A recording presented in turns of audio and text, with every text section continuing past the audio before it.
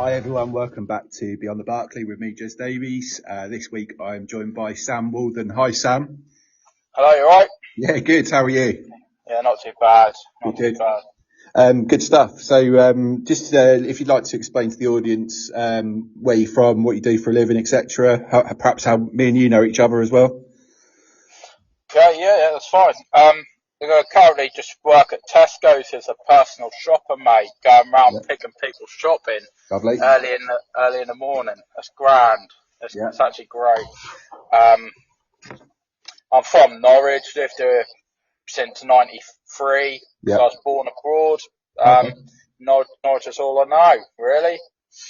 Top man. And I know you from what is now known as the FDC Centre in Beaufort, which was formerly Power League, and that's how we met. Yeah, I remember. So you were part of one of the five-a-side teams there, weren't you? When I was helping to run that facility back in the day. As you say, it used to be Power League. It's now run by Norfolk FA, isn't it? So do you still play yourself, or have those days? No. I gave up once I had the kids. Fair enough. It's a sad. It became just too much for it to come, and obviously running teams and getting people each week, it became harder and harder because people wanted to commit. Sometimes people didn't, and that's how it was. Sad loss to Norfolk football, that. Maybe one day when the kids are older, get them going. You never know. So yeah, I mean, we're recording this off the back of a 6-1 win last night at Carrow Road. Another superb performance from Borja Signs with a hat-trick. What did you make of the game? Well, I didn't watch it, but because I thought it was the main game, but got proved wrong. I followed it online, and before the game, no disrespect to Plymouth, without Sargent, I did expect us to win. Yeah. Maybe not quite so quickly. I think it helps we got an early goal, and that's one thing I hate about that offside rule. Yeah. Because Signs was offside in the build-up, but because he wasn't the intended target, Macondas was, and then it came off the Plymouth guy, it became he was not interfering, and the goal stood. You know, that's horrible, that offside rule. Just go back to, if someone's offside, they're offside. But we got a benefit of the doubt for it for once. And then after that, it was just one-way traffic. I've seen some of the highlights. Yeah. I've got to rewatch the game tonight. But yeah, it's one-way traffic, and it's a comfortable win. I think there was, agreed. And I think there was a few jitters at half time because we went in at 2-1 and, well, I wouldn't like to sort of dig out any particular player here, but Jacob Sorensen gave the ball away on the edge of the box, and I can't remember the name. I think the guy was called Bundo, who scored for Plymouth, and quite a tidy little finish really. But I think we then reacted really well coming out second half. Took the ball by the horns. Shane Duffy's got an early-ish goal in the second half again, and then we've kicked on later on in the game when Slimani's come on. I think he made a big difference when he came on, Slimani. Yeah, I thought I liked the look of him, actually. I remember when we signed him, as you know, I go on Twitter, or X, whatever you want to call it these days, and I saw loads of Sheffield United fans saying, thank God they're taking him off our hands, like, he's awful. And then you got the odd couple that said, he was a bit injury prone, never really had a run in the team, but it was a hit and miss. But I saw more, I'm glad he's gone, than why have we got rid of him, sort of thing. But he's added a bit of steel to the midfield, which is good. But he strikes me as someone that, a bit like Alex Tetty, may not be able to play every single game. Because obviously he come off the bench, and if he is fit, I think he'd probably be one of them in the team when Kenny and Nunes is out. Yeah. I think Nunes comes straight back in on Saturday, doesn't he? Without a doubt. Yeah. I mean, when we signed him, I thought, all right, he started well, and then I thought, I'll see what he's like at Christmas, and he went off the boil. Yeah. But towards the end of David Wagner's reign, he looked good. he was an engine in the team, and he started this season off as like the engine. He does nothing spectacular for me, but he's just a solid player to have in the team. Yeah. And he is always looking to move forward, though. He's never one to go backwards unless he has to. Yeah, I mean, as I say, we're recording this on Wednesday, before the Luton game. So we may be, when this goes out on Monday, we may be proved wrong or right on that, but let's see what happens. So jumping into some of the questions that I'd set you, Sam. So what's the best Norwich City away day experience you've had as a fan? As I mentioned, I'm going back a few years.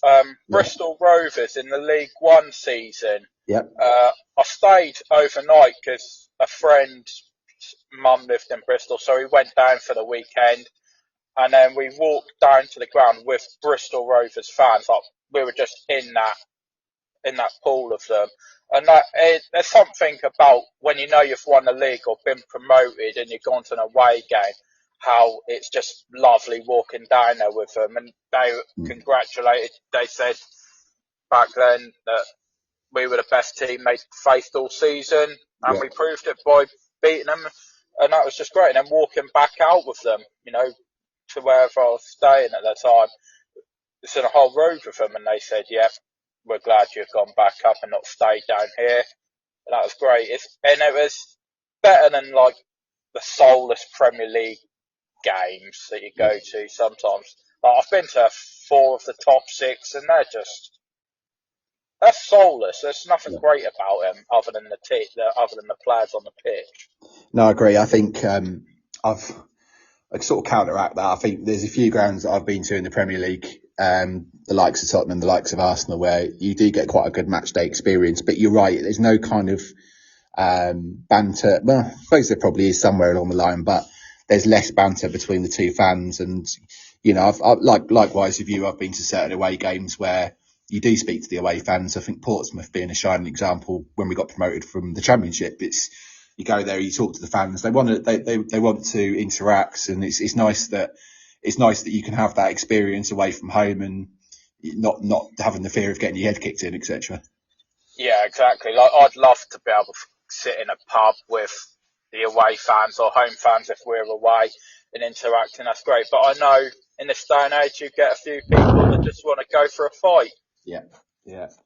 No, absolutely. And we try and stay away from that. And hopefully, hopefully that would be possible. I mean, as well as, I think Millwall have got a very, how do we put it, interesting reputation, I suppose, for that kind of thing. But even there, I've been to pubs in and around London Bridge where I've walked in and there's been Millwall fans sitting there and had a right good conversation with them. And I went to Millwall in League One. It wasn't actually as bad as it was made out. I mean, I think they kept the away fans back for half an hour after the game as precaution, but they weren't bad at all. No, I think it's more the 80s and 90s for them. Yeah, I agree. I mean, I think for me, bordering on the worst experience. I haven't really had too many, to be honest, but the worst one I can remember is Coventry. Probably about 6, 7, 8, maybe 8 years ago. We went there and I saw some unfortunate gentleman who had got on the wrong side of a Coventry fan. He got pushed down a set of stairs near the ground. But when we're talking about soulless bowls, I mean, the Rico Arena takes some beating, or whatever it's called itself these days. Yeah, that probably does. I've never been there yet. No, I mean, I wouldn't rush, to be honest, mate. Moving on then. So, who is the best goalkeeper you've seen play for Norwich? Oh, that's easy for me. I've seen a few, but Robert Green. Not Michael Theoclitus, then.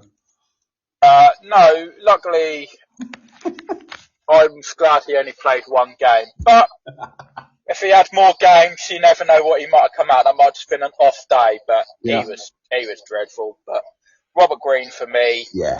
When I was growing up, first coming in, Andy Marshall's a keeper who I loved at the time, and then Robert Green come in, and I remember his debut at Ipswich.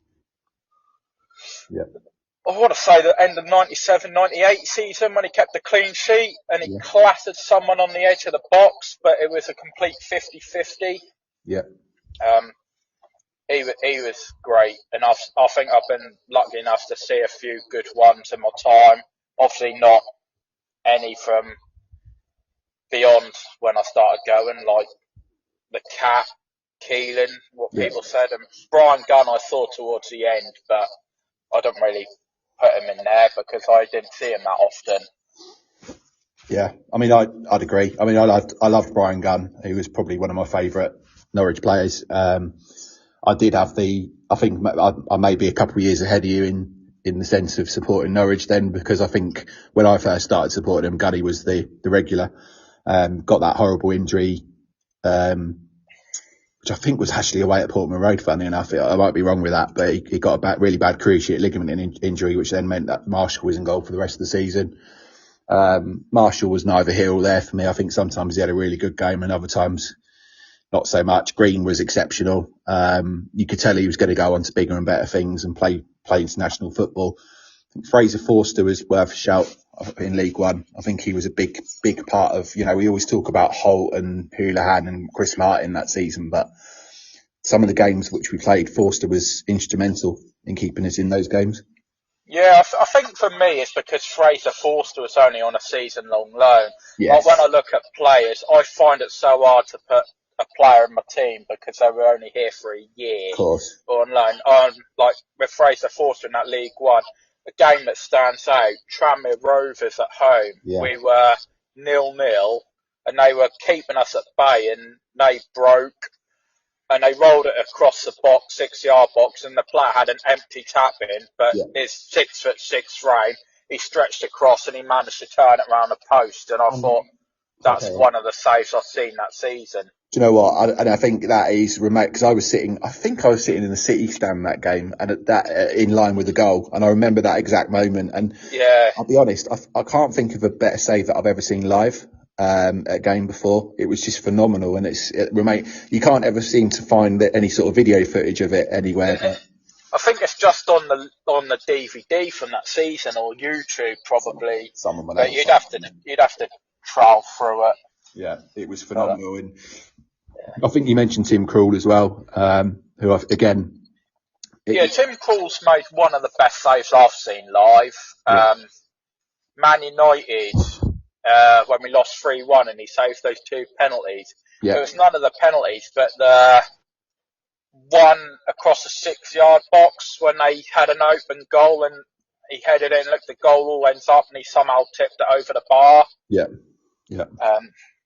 But yeah, he was great as well. But Robert Green for me, he was a catalyst in our Division 1 Championship season with that back four. The amount of games that we won when he made a great save, the Stoke at home, that 1-0 win when he made a double save and then got called up for England. But he just edges it. No, I know. I think that's a really good shout, to be honest.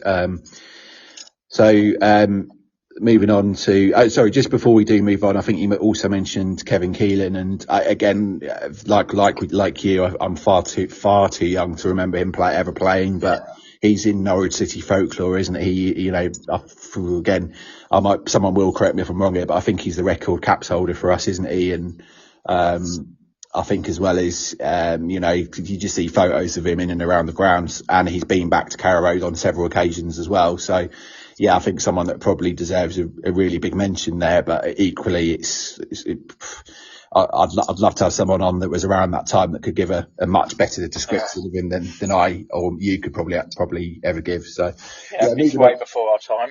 Yeah, absolutely. So moving on then. So how has Johannes Hoff Thorup tactical approach changed Norwich's style of play? From what I've seen so far this season, he knows what he wants to do. It's a transition season for me. It's a bit like Fark 17-18 at the minute, but it's better. He knows what he wants to do, get the ball on the floor, move it quickly and create chances. And hopefully we have people putting them away. We always look like we're going to have a mistake in us because of how we play. And obviously Sorensen gave one away yesterday. but he knows what he wants to do. It just might take a season or two before it really kicks in and works. But one thing I would say is, I think yesterday was our third home win of the season. Our 3 home wins that we've had, we've absolutely destroyed the opposition. We had a 4-1, 4-0 and 6-1. Yeah. So if we are going to win, I don't think we're going to win 1-0 at home. He's going to go all out to win comfortably. It's an exciting brand of football, isn't it? And I think you're right. It starts from the back. You got your a lot of people don't like the way that modern football has evolved, where you don't sort of punt it up to. I always use the analogy of you don't always pump it up to Robert Snodgrass anymore. It's the ball's on the floor. It goes out to either your centre backs that have pulled wide to offer support, or the central defensive midfielder that's dropped in to get the ball. And that's how your attacks start. You invite the pressure, but then that's how he likes to set up. I mean, I think it was telling, the goal that we scored yesterday, which was Borja signed second, it was looking as if Plymouth were finally starting to knock on the door a little bit. All of a sudden, Shane Duffy steps out of defence into that defensive midfield role, with obviously as a centre back, but into that role. Knocks it up to Marcondes. Marcondes puts a brilliant ball through for Signs, and we score. And so within 3 seconds, maybe 4 seconds, we've gone from a Plymouth attack to the ball's in the back of our net. And that's exactly right. I saw that on the highlights. Plymouth were coming forward. Shane Duffy snicks it and bang, 2 passes, we're clean through. Yeah. And I think that's what, when I talk about, the teams that are all of a sudden they're thinking, oh, we've got a chance here, let's push on. And then that's where we get them. That's where, you're right. We've dismantled 3 teams now at Carrow Road. And it's not a fluke. Watford and Hull at the time Watford still are one of the bigger performers in the league. Hull at the time were doing really well. They'd come off the back of 3 wins. Plymouth, okay, not so good in terms of their form before they came to Carrow Road, and particularly their away form. But it's promising to see, and I like the fact that the fullbacks seem to have a bit more of a license to move into the centre of the park as well, to create that overload. Yeah, I think that's really good actually, because there's another goal. I think Signs' hat-trick. Jack Stacey brought it forward way over the halfway line. Yeah. And obviously assisted him for the goal. Yeah. It's getting swings and roundabout. We're either going to create a class team goal, or we'll give it away and concede. It's just how it is in this day and age. I think your point earlier on about the transitional season is, again, I agree. I think we certainly are in that balance at the moment. What I think is that we are adapting to his style of play a lot quicker than Fark experienced in his first season. But I do think that the people that he's got, or the players that he's got on board now compared to what Fark had, is an easier way of doing it, if that makes sense. Oh yeah, totally. I agree with that 100%. I mean, Fark in 17-18, he had Franchich, Stiepermann, who took a bit of time to adapt, but how often in that season did we rely on James Maddison to bail us out? And that was it. James Maddison was the main guy in 17-18, and Wes Houlihan, but he didn't play as much. But yeah, I agree. I think the players JHT's got are better than some of the first season that Fark had, other than James Maddison, and that's no mean feat. No, it's not, and I think it's a testament to what the club have done in recent seasons. That a lot of people have perhaps slated the recruitment, and in some cases rightly so. But I do think that the club have recruited really well in certain places as well. So I think the likes of Antti Sinach, who again has been written off a little bit in recent weeks, but last night scored 1, set up 1, and maybe set up 2 actually. But then also, I don't know if you saw the movement for the Samani goal, where the ball's come across from Stacey and Sinach has run to his right, which has then taken that defender out, which has then opened up that space for Slimani to score. It was just exceptional. I did see that. I mean, I'll give that Sinach a bit of time. He's come from a much weaker league. and he could come good. He might be a bit like Mario Frantic, just needs that bit of time in the first season. Because Mario, I will be honest, at first season, I thought he was dreadful. At the end of the season, I thought he ain't going to be here. But towards the end, he was starting to look good. And then obviously, 18-19, he was a key player. Yeah, agreed. 100%. So, moving on, should Norwich prioritise the FA Cup or the league this season? I think, as I answered to you, I don't think we're going to do anything in the league this season, so I'd love to see a cup run. Yeah. But I know in this day and age, the club will want to focus on the league, so it's a lose-lose, really, isn't it? I want to see us go to like the COVID season when we got to the quarterfinals of the FA Cup. I'd love to see us get there again, but we can't ever be interested in it, so focus on the league. I think the FA Cup nowadays, I think the magic, I think people always talk, don't they, about the magic of the FA Cup. Well, I don't think it's magic anymore. I think it's magic for a team like a Maidstone United, who got to the fifth round last season. That's brilliant for them. Well done. But for us, we're a champion. Anywhere between sort of, I don't know, 10th in the Premier League to maybe 10th in League One. I don't think any of those teams feel that connection to that FA Cup anymore, and it's a shame because it's a massive competition. But when it comes round, I treat it like an international weekend. I just think, it depends who we're playing. Obviously, if it's someone, I think if you get an entertaining tie, either a Man City or Newcastle or like a big team in the Premier League, or equally if you get a non-league side, that's when it becomes entertaining and whatever else. But I'm with you. I think it'd be great to have a cup run, but I just think at the same time, the magic of that FA Cup's kind of been washed away a little bit in recent seasons. Yeah, again, going on from that is, I love watching the rounds 1 and 2 of the FA Cup when you get them on the TV. I love seeing a non-league team playing a League 1 or League 2 side, because that's great for them. Like, I remember when we played Bolton Rovers when we were in League 1. Yeah. That was a great day out for them. It wasn't a great day out for our players, but because we're on TV, they had all our big guys out playing.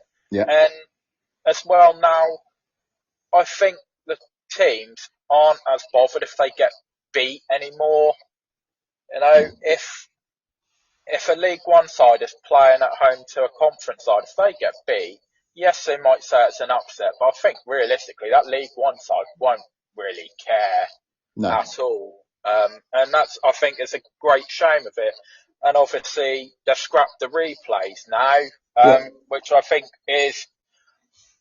that's a bit of a joke, because unless they change it where if a conference side gets a home tie against Man United, if they can switch venue so that they then go to Man United and get the revenue rather than Man who come down there, because they know that if it's a draw, there's no replay for them.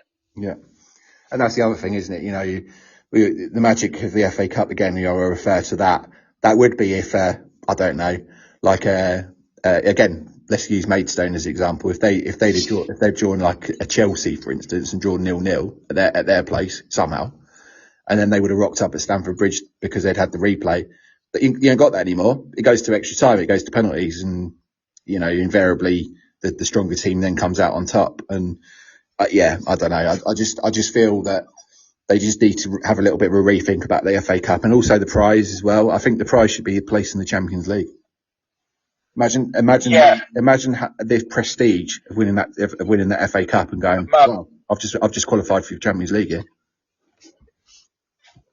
Yeah, I remember my old man. He used to love the FA Cup, and he saw the 58-59 Cup run, and he used to say how if you drew on the Saturday, you were playing the Wednesday, like the following week, and that was it. Yeah. And it was great. And we got beat by Luton under Chris Hughton, and I remember him saying to me, it's like, I absolutely hate this. Just play your strongest team, get the win, be done. Yeah. You know, playing all these youngsters and the reserves, they don't care about it, whereas the other team are more up for it. And he said to, remember him saying, he said if they made the winners of the FA Cup get the Champions League, more big teams would care about it. Of course they would. Yeah, and then that then opens up the argument with the Premier League as well, doesn't it? Why does the team in fourth deserve a place in the Champions League compared to someone that's won a competition? Yeah, I totally agree. Yeah, because they're using fourth place as Arsenal fans. If they got fourth, it was a trophy, and then Spurs for the last few years, if they came fourth, that was a trophy. Mm-hmm. No, that's not a trophy. You're well done. You've been the fourth best team in the league, but you didn't win anything. Wigan Athletic, you speak to them fans, they won the FA Cup and got relegated, and I bet you any money, you speak to them, they won't remember they got relegated, but they'll remember winning that FA Cup. Of course they will. Yeah, especially with the circumstances of that win as well, with Ben Watson scoring in the 86th minute or whatever it was to win. Yeah. It was phenomenal. And that was I'm trying to remember the manager from Man City back then. It wasn't Mancini. It was Mancini, was it? I didn't know if it was Pellegrini, but yeah, you're probably right, actually. I think it was Mancini, wasn't it? Yeah, because I think he went after that game. Right, that's it. Yeah, because, that must have been the season after they won the league then, I suppose. Because he won the league with them first, didn't he, Mancini? Yeah, he won the league, then lost. He won the FA Cup league, nothing, and then that year after, he was gone. Yeah, that's it. Okay, moving on then. So who is the most entertaining player in the squad currently? I think it's pretty obvious what the answer is here, but you might have a different opinion. Yeah, you can't really look past Bora signs, can you? No. Every time he gets the ball, you think he's going to do something. Yeah. I saw a comparison the other week on Twitter. Someone said he's getting to the level of Emi Buendia, and I thought, no, he's nowhere near as good as Emi Buendia, but he scores more goals, and his goals are better than what Emi scored. Mm-hmm. But Emi was more of the provider. Yes, I agree. It's very, very entertaining. Yeah, completely. Sorry, carry on, mate.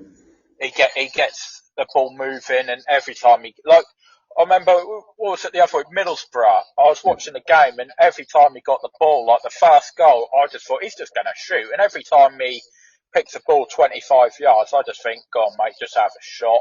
Mm-hmm. And, 9 times out of 10, it's not going to be far over the bar. No, I think the best pick of the bunch for me of his goals, most recent sort of, Borgia goals, I suppose we'd call them, is the one against Cardiff. I just thought the way he hit that ball was phenomenal, and the keeper just didn't even know it gone past him before it had. But no, I think you're right. I think, it's pretty obvious, the answer to that question. I think, likewise, I think Macondes, has come good in recent weeks. I think them two linking up and how they've linked up, particularly yesterday. But, there was early signs of that in the game against West Brom as well. I think, we could see a sort of another sort of trilogy on our hands with the Macondes signs and Sargent links when Sargent's back. But, I think Shinak's got a claim to lay there as well. But no, I mean, you're right. It's pretty obvious, isn't it? I mean, would you sort of add any other players to that list currently? Not really. No, I can't see anyone being as entertaining. But yeah. Yeah, I mean, I'm hoping Forson comes good because, I mean, again, he's shown signs. I think he's someone that could be. I don't know if he's a starter. I mean, I know he started recently, but I think injuries have dictated that. But I certainly think that if we can find the right role for him, and I think he needs to, again, for want of a better phrase, bulk up a little bit as well. So, but there's certainly I certainly think that there was there's an opportunity there. Yeah, he's young, that Forson. Like, I remember, again, start of this season, he played against Stevenage, and just after the game, as you do, you browse Twitter and Facebook and whatever, and you see, I saw so many people going, oh, that Forson looks an absolute player, what a gem I found. And I was just sitting back thinking, we've played Stevenage in the cup. It's a reserve side from us. And then, yes, he played well. Great. Let him progress. Let's see how he goes. And unfortunately, I don't blame him. I think JHT said it. It's been the own goal at Swansea and his dislocated shoulder at Crystal Palace. It's had an effect, and they do. But he might come good, he might not. If he doesn't, he doesn't. If he does, hopefully we've got a great player on our hands. Yeah, no, 100%. Yeah, so moving on then to our next question then. So what's your favourite Derby Day memory against Ipswich? I've got loads to pick out from. I was at the game when Ipswich last beat us in that 08-09 season. I was obviously at the 4-1 and 5-1, and that 5-1 was absolutely great. Yeah. But I think, and obviously we didn't win the game, but you can't not talk about the Tim Closer one because they were so close to beating us and they took the lead on 89 minutes. I watched that in a pub with a friend, and I thought I'm going to go, and then I thought actually no, 5 minutes there, finish a drink, and then we scored. But for the significance of it, it's got to be the 3-1 playoff win where anything could have happened. You know, yes, we drew at their place when I thought we probably should have won, but I was that confident we'd win the home leg. But you never knew what could happen, and for me that just edges it because I could imagine if we lost that game how down we would have been. But because we won, it was just absolute great. Yeah, it was. I mean, it could have been again. I think a watershed moments for our certainly our most recent history. That could have been a massive, downturn. But luckily for us, it wasn't. I think we were much the better side on the day, and the player Chambers got sent off in that game, didn't he, for handing it on the line? Was it Chambers or Berra? I think it might have been the centre back, Berra, that's right. Your memory's better than mine, mate. But yeah, I think he got sent off for that, and I think even before that, it was looking like we were probably going to get on top. And Houlihan converted the penalty, and Cameron Jerome scored the third goal, and it was you're right. It was just a superb day, and we had the scenes of all the fans on the pitch at the end of the game. Also, some other mentions I think would be, when we won 5-1 at their place, luckily, or unfortunately, should I say, I didn't get a chance to go. I listened to it on the radio, but, the highlights from that and the whole hat trick with Houlihan scoring as well was pretty special that season. Yeah, that was great. That season. So going back, it's a Lambert season. He just knew what he wanted. And I think, who was it? Whoever Neil Warnock was managing at the time of that season, he got really angry because they moved Norwich Ipswich from the Good Friday to the Thursday.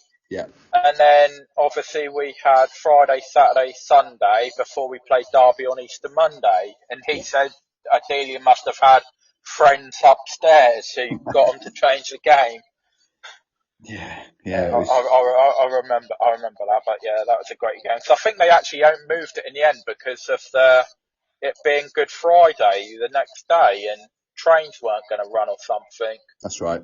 Yeah, I think we're good to have sort of Chris. I had Chris Gorham from BBC Radio Norfolk on a few weeks ago, and he talked about that at length and said that there wasn't unfortunately it wasn't on TV, but that meant that everyone who couldn't go to the game was tuning in on Radio Norfolk to listen to it. So it's a bit of a feather in his cap, that one. Yeah, I listened to the commentary on that back as well. Yeah. Sometimes because Chris Gorham is a good commentator.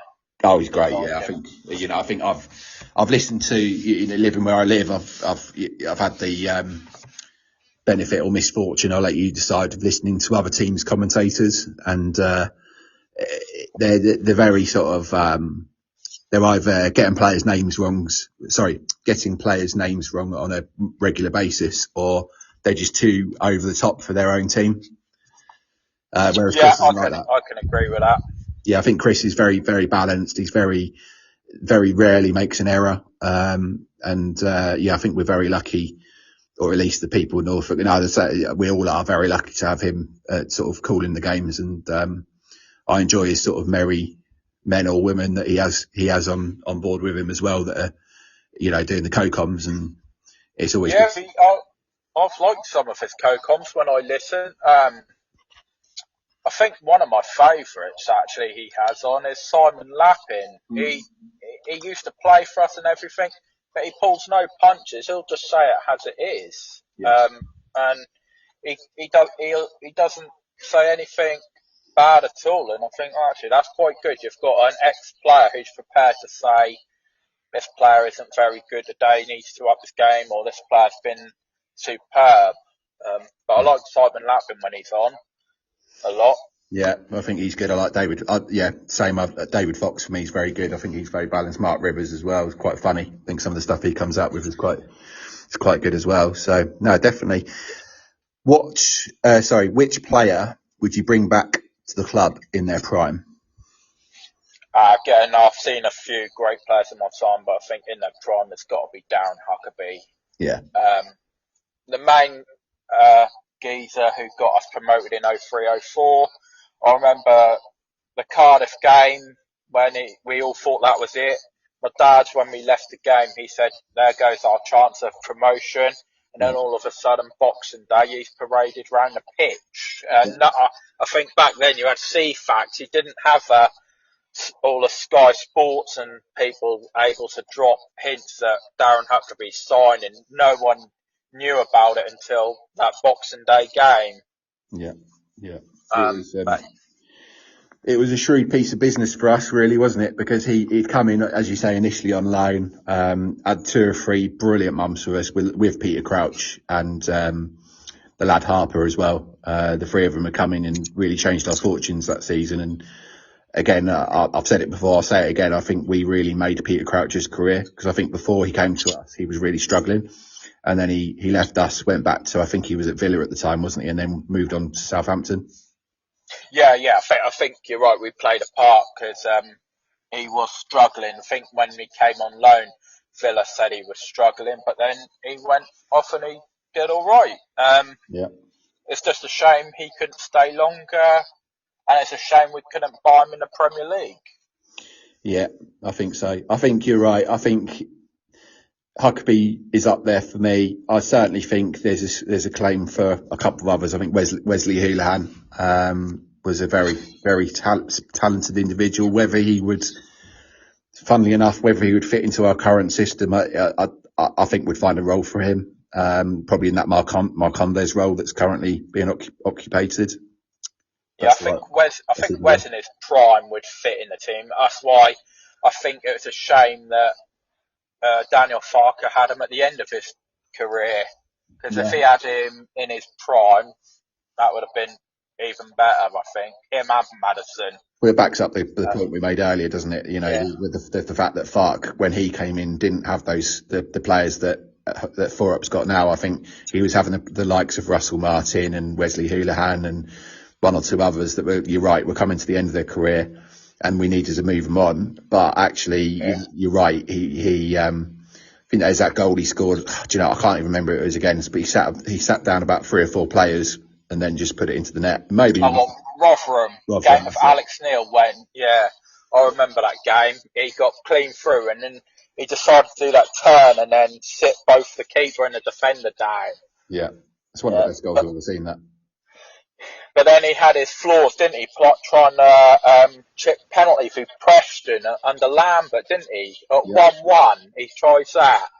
Yeah, it wasn't the best move, that was it. So, I can't imagine Lambert was was best pleased about that either. So I think there's probably a lot of candidates there from back in the day. I think even Mr. Darren Eady, when I first ever started supporting Norwich in his prime, he was unbeatable, unplayable, but it was just a shame he was so injury prone, And I saw Darren Eady at the end of his career. In my first full season of going, he scored a winner for Crew after coming off the bench. but after that he left to go to Leicester, but he just never recovered from his injuries, which was a No, shame. But I never saw him that often. Bellamy was, again, could you say he was in his prime because he was obviously a bit more of a youth player back then, but for me, was Bellamy someone that would probably be within that sort of remit? Unfortunately, I class Craig Bellamy as the best youngster I've ever seen at Norwich. I Yeah. don't really class him as prime because on my first ever game against Portsmouth in '97, Bellamy scored a free kick, and I saw him a few games after, and he was just unplayable. But he was just a youngster, so again, you never knew what was going to happen with him. I think he had a good career throughout, but he was obviously a very difficult player to get on with. Yeah. I always remember one goal against Sheffield United, where he's done one of those where it's from like literally the corner flag and he's just rolled it in. It might have even been off, one of those quick throw-in routines. But if he scored from a very tight angle there. But you're right. I think you can't really say he was in his prime ever because I think we sold him when he was 19, wasn't he? So he left when he was young, but I did love watching him. I think he was the first player I saw score a hat-trick for us as well, actually, against QPR. Yeah. Fair in enough. A 4-2 win. Oh, nice. Yeah, that was. We had some great games against them, haven't we, recently, or in the past. Question 8: How has so moving swiftly on? How has fan perception of Delia Smith evolved? And I know she's gone now, but I think it's still good to answer this. How has fan perception of Delia Smith evolved over the years? I think you'll always have your lovers of her. I'll be honest, when we're doing well, she's always out there in the open and the fans seem to love her a bit more. She gets herself on the radio, speaks after games, but when we're not doing so well, she hides back.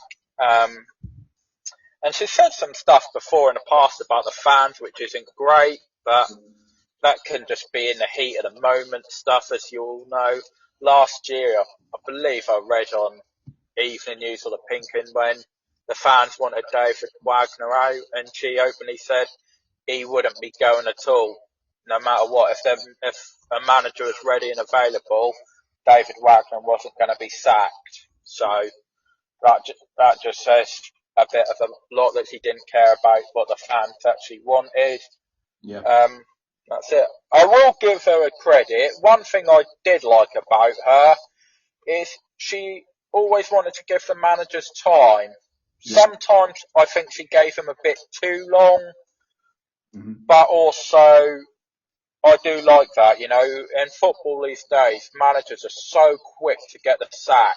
Yeah. Steve Cooper, I know it's a wrong move to go to Leicester, but 12 games, gone. Was it? No, I agree. I think he hasn't had enough time to implement his own philosophies in that team. You then question the management at Leicester and think, well, why did you appoint him if 12 games down the line you're now you completely changed your mind on him? It's you found especially with clubs like Leicester and those sort of teams that will be struggling this season, they're so scared, I suppose, of getting relegated that they've made the call, and it'll be interesting to see if they get in there now. But sort of touching on your point of Delia, yeah, you're right, and I think there is times where she has given a manager a lot more time than perhaps other clubs would. Nigel Worthington being a classic example of that. I think he probably I don't want to say this because he got us promoted, but he outstayed his welcome by probably a season and a half, didn't he? He could have. Yeah, I think he should have gone after the end of the 05-06 season. I'll give him the season after we got relegated to see what he could do, and after see how it goes, and then go. But I think he went too long.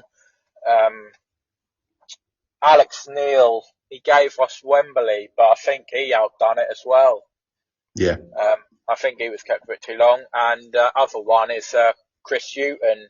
I think he was kept too long. And I think, if I remember rightly, I'm not 100% sure, but I think David McNally may have even said that he wanted Chris Hughton to be gone, but obviously because they needed a whole board decision, Yeah. I think Delia and Michael said no, and then in the end we sacked him after we lost to West Brom, knowing full well that Neil Adams ain't going to win those final 4 games against Liverpool, Arsenal, Man United and Chelsea. Yeah. So, that season could have been different had they got rid of Chris Hughton earlier. And Yeah. Ewan Roberts, I think, did an article back then saying he should have gone earlier.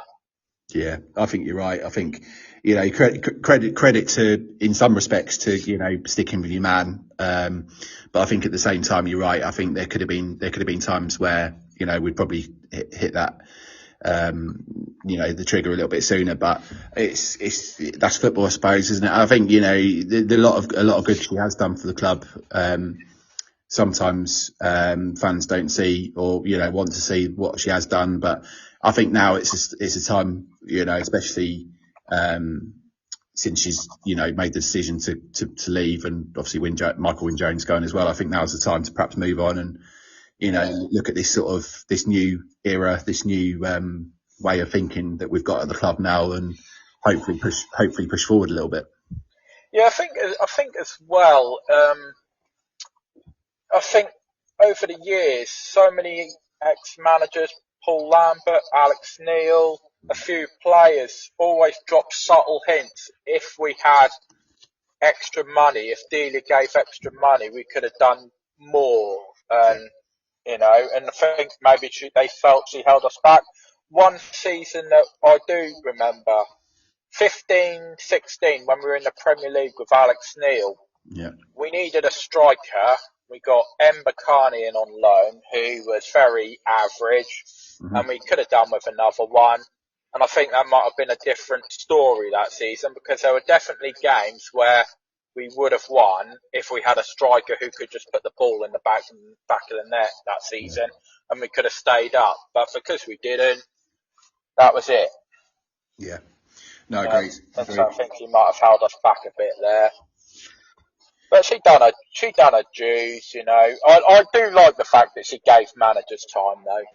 Yeah, I mean, that's a fair shout, and it's probably not something we've certainly not discussed it on the podcast before, but I certainly think it's a really valid point. I think there was the likes of Peter Grant, Brian Hamilton, I suppose, those sort of managers that we just knew that, Delia knew.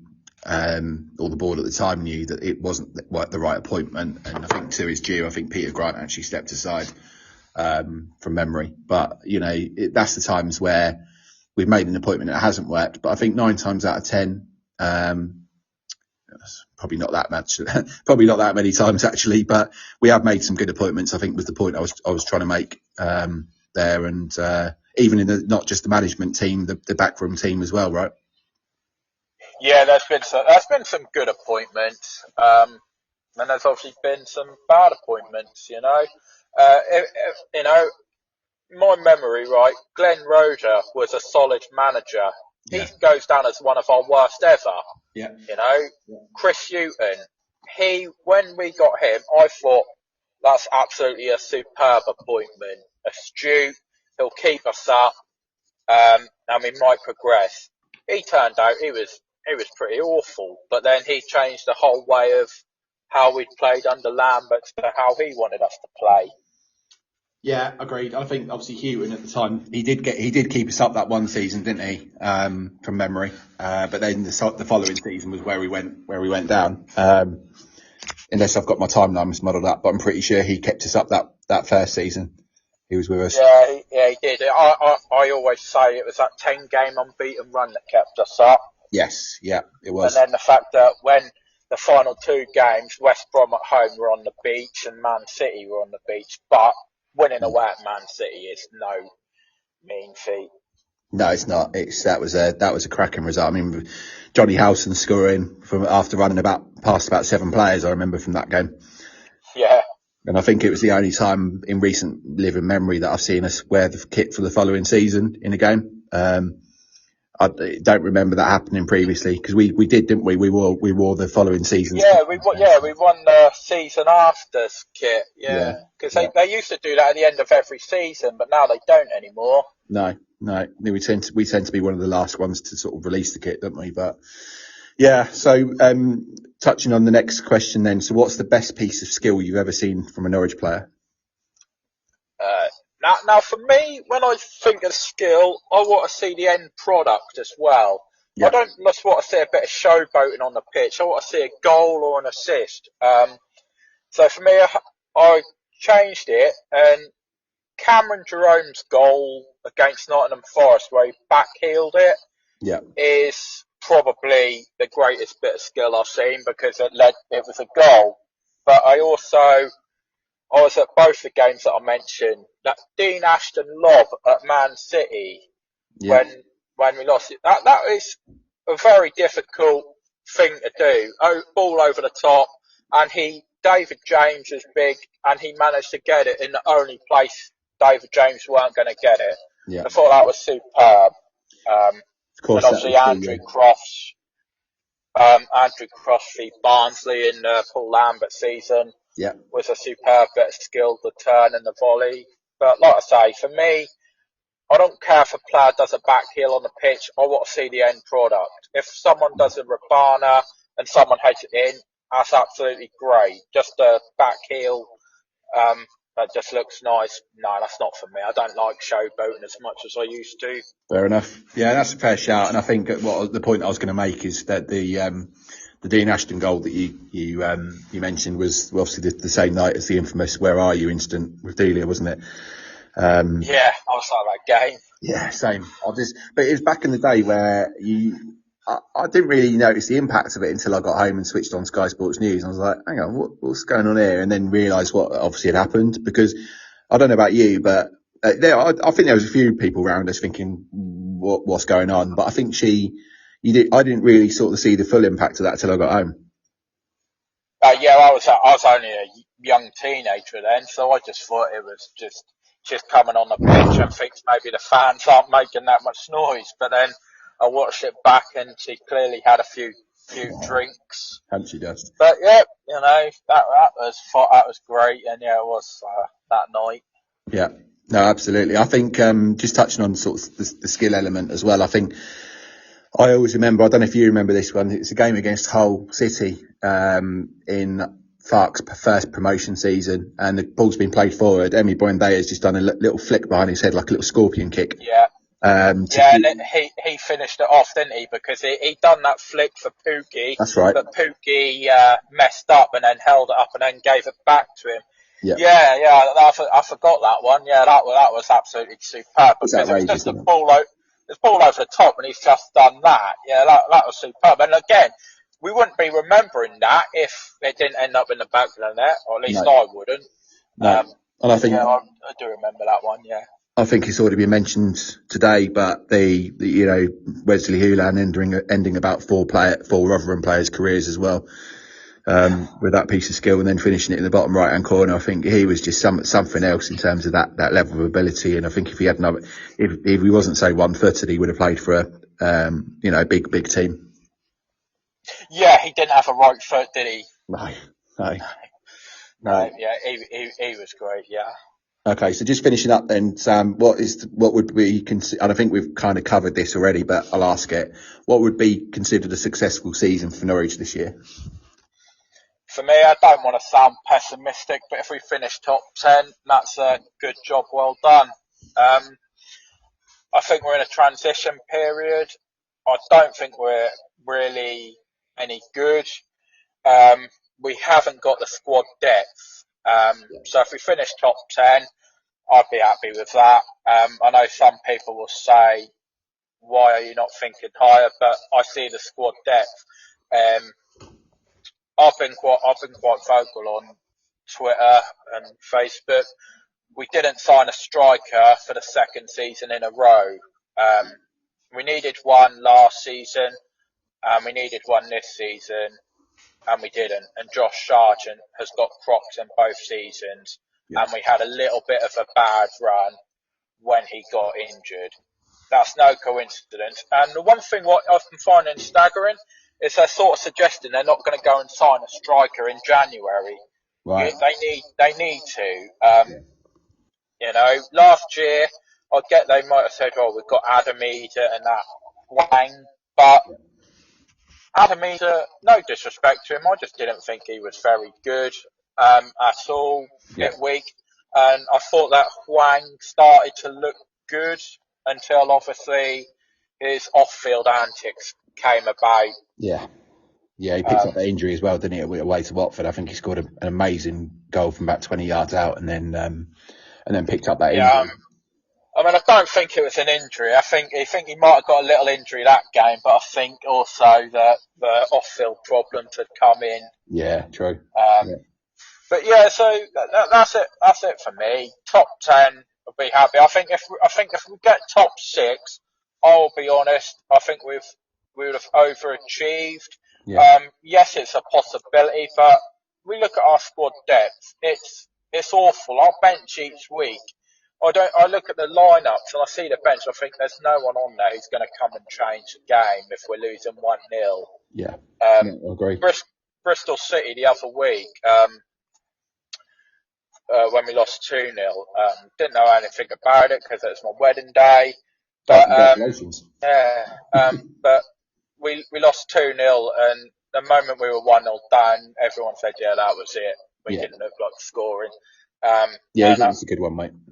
Yeah, we aren't going to be able to rely on Borja Sainz all season to put a 25-yarder in, because there'll be games where he's completely man-marked out the game. Yeah, I think you're right. I think it's you use the word transitional. It's exactly that. I think we at the start of the season, I would have said 14th and above. Having watched some of certainly the style of play and the way we play, especially at home, I think we can do better than that. But I don't think that you're right. The lack of depth in the squad, the fact we've only really got Sargent that can play up top, although I think Antti Sinach can do that role. But again, he's a bit raw and not quite there yet, although he was exceptional yesterday.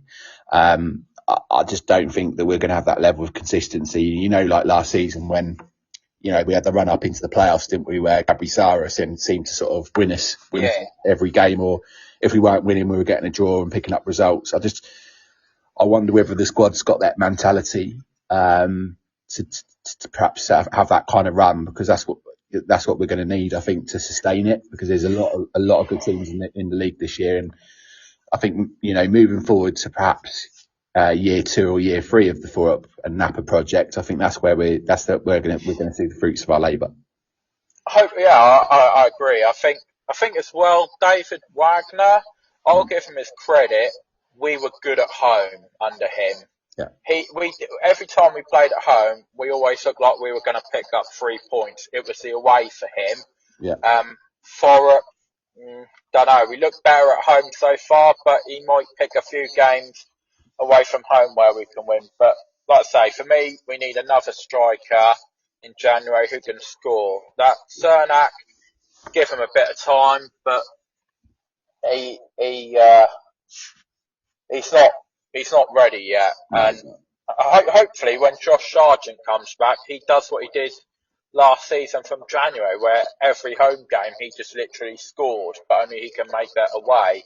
Because I thought, like a lot of people this season, and I saw it on Twitter, Norwich had the best striker in the league in Josh Sargent, and I think Don Goodman said if Norwich did something, he'd be a catalyst for it.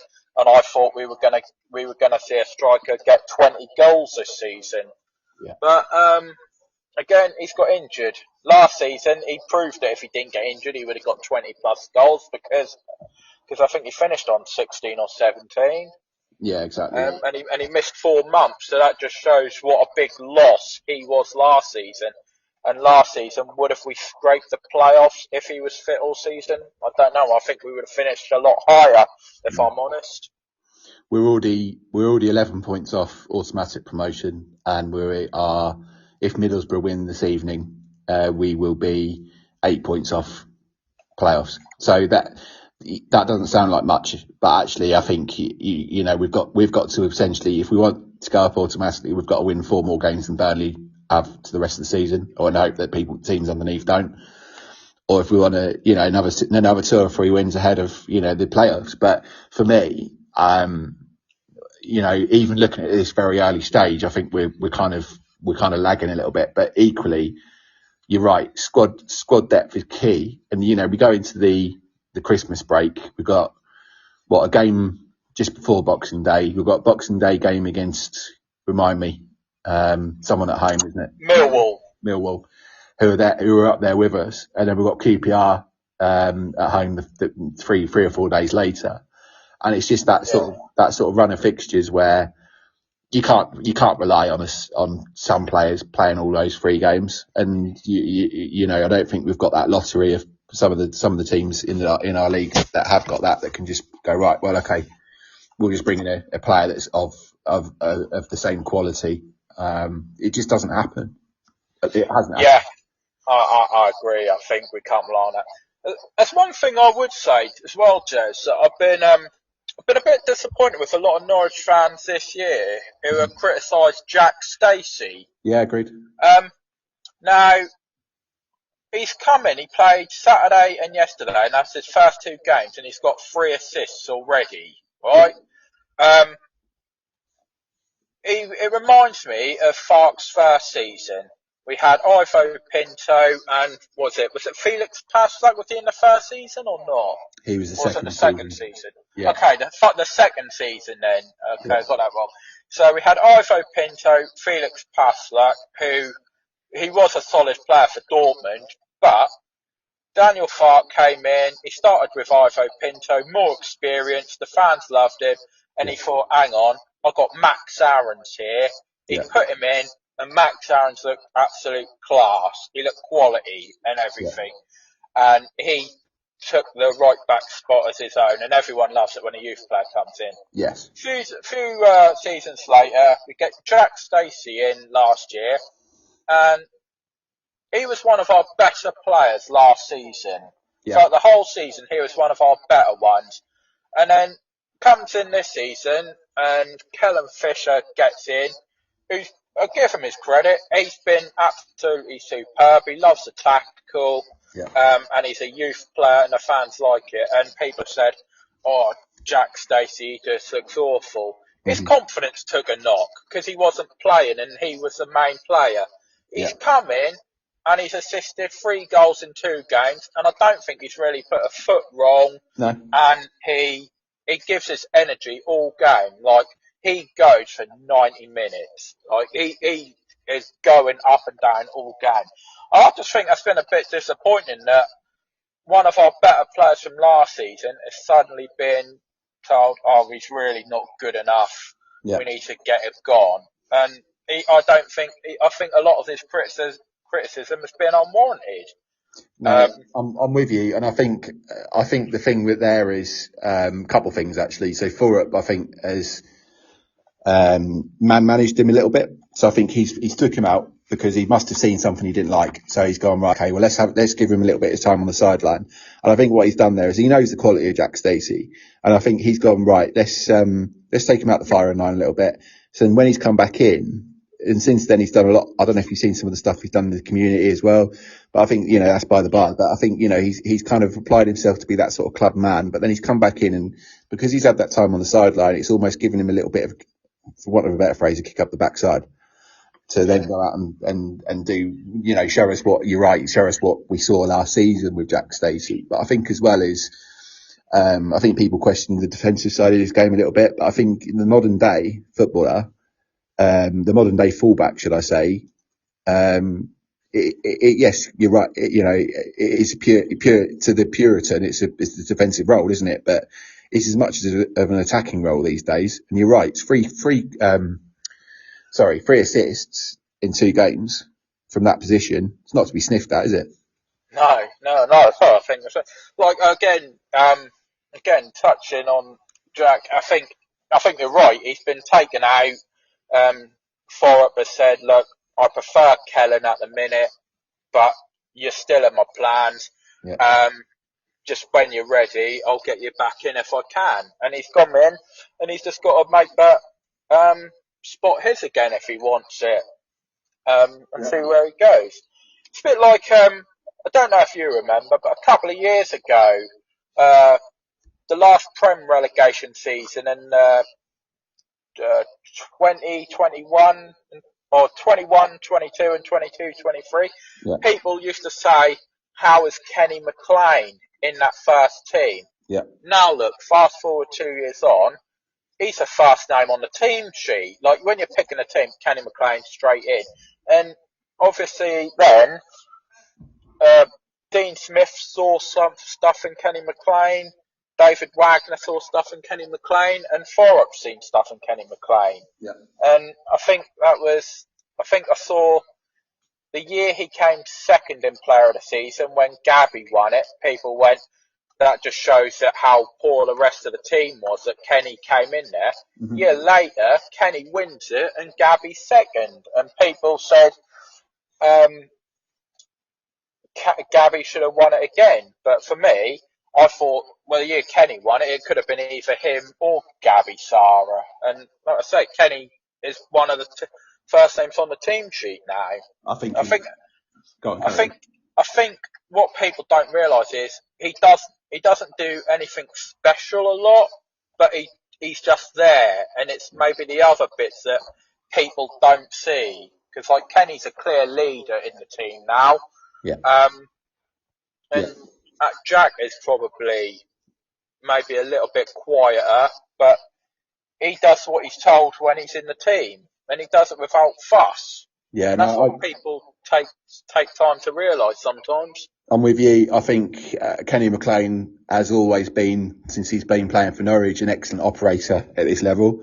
I think the question comes in when we get promoted is he able to push on? But I think if we were in a position now where we were to get promoted again, he's a couple of seasons on from his development. I certainly think he's fitted into the Thorup system very well. You're right. He's an excellent communicator. He's an excellent organiser. He's the last line of defence before the defence, if that's even a saying. And I think he protects that back four superbly well. He starts the attacks as well because he drops into that role, and I think Nunes does that well as well. But you're right. I think he comes in for some very, very unfair stick, and it's not a fluke that we never won a game without him in the team, and then we won 6-1 last night. And it's not a fluke that 4 successive managers have fancied him as their sort of lead man in that midfield. Yeah, I totally agree on that. Yeah, definitely. All right. Well, look, I think that's quite a good place to stop there then, Sam. Thanks so much for coming on and telling us your story. It's been an absolute pleasure catching up with you as well. And congratulations on the recent marriage as well, mate. That's great news. I do remember you saying you were having a rehearsal, I think was the last time I spoke to you. No, we went to view the venue to see the way in because we got married in the castle, and they did all renovations all year. So each room we didn't know what it was going to be in until like a week before. So we just thought, let's go in completely not knowing what room it is. Yeah. And we just viewed our way in on the Thursday, and then we got married on the Saturday. And I think all my family who were annoyed at Norwich at home, I said, actually, you picked a good day. Is it? Lots of home run on the good day. There would have been a few sort of unhappy faces, I suppose, had it been the result last night, I suppose. But even so, sharing a special day with yourself and your good lady, mate, I think that was the most important thing there. So Sam, thanks once again, and do keep in touch, mate. If you're ever at a game, do let me know, because I'm quite semi-often up these days to watch the games. So just to everyone else listening in, you can follow us on our social media channels, which is